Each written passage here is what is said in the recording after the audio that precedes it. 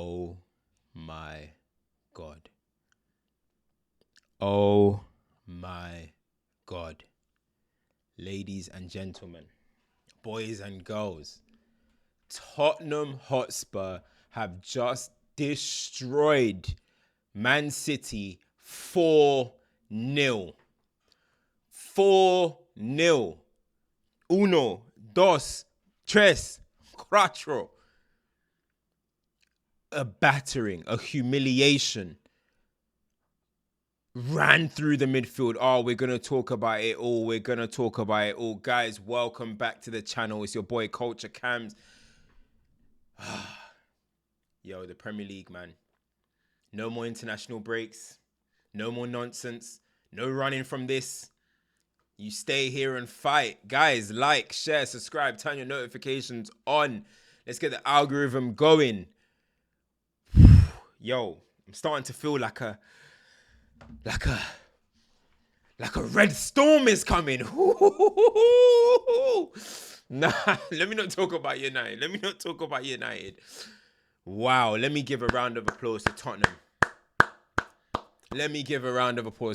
Oh my God, what a battering that was. What a battering. And do you know what? I thought it was Liverpool that were going to go and do this to Man City. I thought it would be Liverpool that finally, obviously City have been losing games, but like fully put the nail in City in terms of if you let them get chances, they'll take it. You've been bailed out by Adama Traore. You've been bailed out by Semedo. You've been bailed out by Cameron Archer. You've been bailed out. Bro, Semenyo and them man could have put 5 past them. But he said, what? Come up against a good side and Spurs absolutely put them to the sword. Put them to the sword. Put them down. Love it. Absolutely love that, man. Honestly, you look at the game, right? City started well. Bissouma with the funniest first touch. I need that in a video, by the way. If anyone's got a video, the first 15 seconds of Bissouma. This brother took a touch. This guy took a touch and horror touch and instantly cleared out Phil Foden or whoever it was and got a booking. Then after that, Phil Foden had a little bit of joy to be making some splitting passes and City should have went about 2-0 up. I saw Haaland should have scored probably 2 goals. But after that, once the Maddison goal came against the run of play, it was relatively comfy for Spurs. Yeah, then the Haaland City started getting some chances, but Man City are going to get some chances. But Spurs always felt like they knew what they were doing. And when they were breaking and when they were running beyond that City midfield, that defense as well. Guys, that defense is in trouble now, man. That team, that Man City team. Well, let me stay on Spurs. Let me stay on Spurs first, actually. They were running through. They were picking their passes. They had space. Everything that Ange would have wanted, Spurs had. And we've got to give them massive, massive credit. Spurs were without Van de Ven and Romero. Their 2 starting centre-halves. No excuses. Went out there and did their business. Van de Ven is so important to the Ange system for that high line. Romero is obviously one of their leaders. And they went out there and done it. I don't want to hear about Rodri. But again, we're going to speak about that. Man City were battered today. Absolutely battered. They looked leggy. They looked tired. You wouldn't think that this is a team that just got the news that Pep Guardiola is staying. Everyone thought that would be the thing that rejuvenates them, rebuilds them, gets them hype. You know what I mean? Gives them that kick for the rest of the season. I didn't see none of that. I looked at a side that's looking like maybe it's time for us to transition. Maybe it's time for us to switch up what was going on now. Because boy, I didn't see no one running through brick walls for Pep Guardiola in that moment. I really didn't. But let me give a massive shout out to Kulusevski. You have been balling this season. And on the pitch today, I know Maddison got man of the match, but Kulusevski for me was the man of the match. And he was playing right wing. He's been balling this season for me in the 10 role, and he's been making Maddison actually go on the bench. But today, he just had the joy. He gave Vardy hell. He just had the joy of Etihad. Whether he could pick out his pass, whether he wants to run past you, whether he wants to take a shot, whether he wants to cross it. Kulusevski had the freedom of Etihad today. Massive, massive, massive credit to him for that performance. What a performance it was, honestly. Also, got to give credit to James Maddison as well. James Maddison came through, did what he needed to do. A lot of talk has been about him being on the bench. He comes on, he starts this game. First finish was lovely for me as well. Even though it was put on a plate by Kulusevski, the run was beautiful and the finish was beautiful.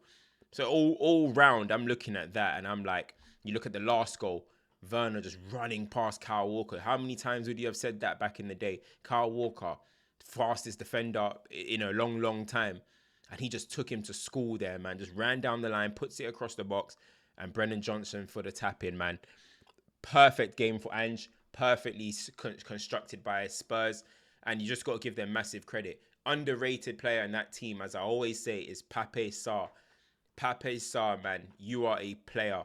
The guy gets about. He's comfy on the ball. I know people want to put him in this box that he's not comfy. He's good on the ball. He tackles. He drives. He's got that energy. He's got the engine that they need in that midfield, man. You need that physicality in midfield, and he offers that, man. Very, very good player. Good player. And they were also missing Bentancur. People are not going to mention that. Bentancur missing. Romero missing. Who's the other one? Van der Ven missing. I didn't hear no complaints. They just got the job done. But now let's move on to Manchester City. How long are we just going to say it's because Rodri's not playing? Is that really what we're down now? We all watch football. We all like to analyze the game. We all like to kind of look into things deeper. We're just going to say it's because of Rodri. So you're basically telling me Pep Guardiola has been getting carried by one man. The great GOAT Pep Guardiola has been getting carried by one man.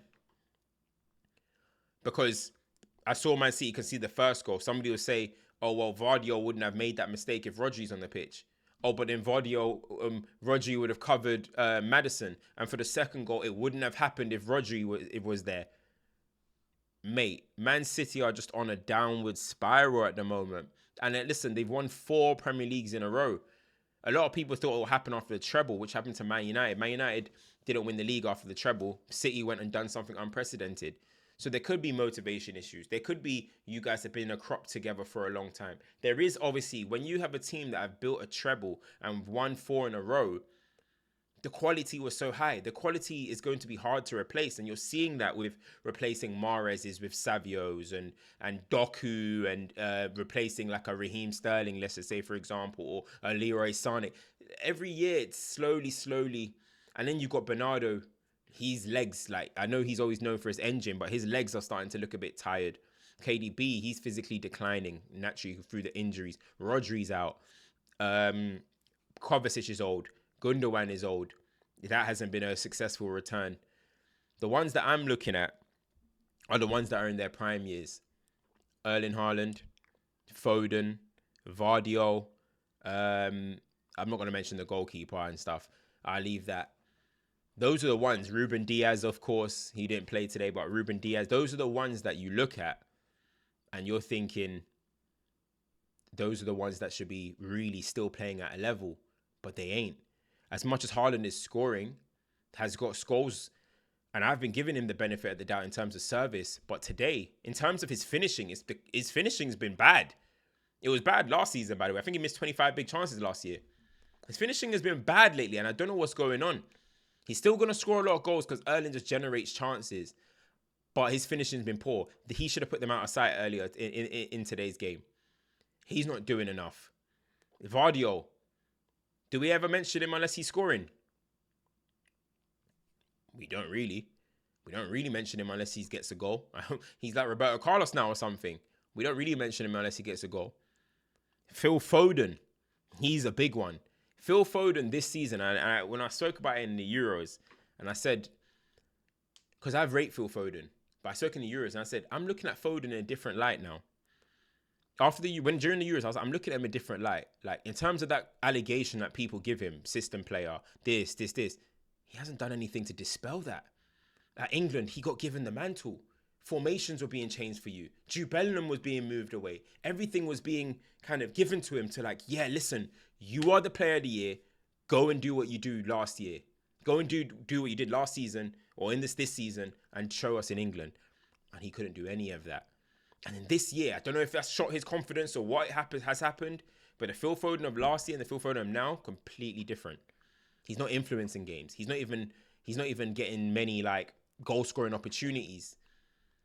And this is the year. Yes, he did it last year to an extent where like KDB was injured and stuff, but this is really the year. After winning the player of the year, you go into this season, you need to be looking at everyone like, yo, guys, this is officially my team.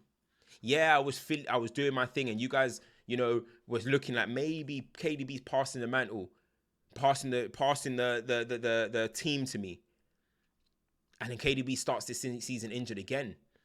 Foden should have been coming out the blocks, making things happen, and leading this Man City. That is what they would have envisioned from when they had him at 17, 18. That eventually when KDB, David Silva, Gundogan, all these guys age, it's going to be Phil Foden. But he's not showing any slight shadow. No, he's not even showing any slight inkling that he's going to be that guy for them. And I'm looking at it in the summer. They're probably going to be thinking, well, if KDB's out now, Foden's not going to fill in for that. So we're going to have to go and get a Florian Wirtz. We're going to have to go and get a Musiala. Rodrigo, what are you saying? Maybe he can play in the 10.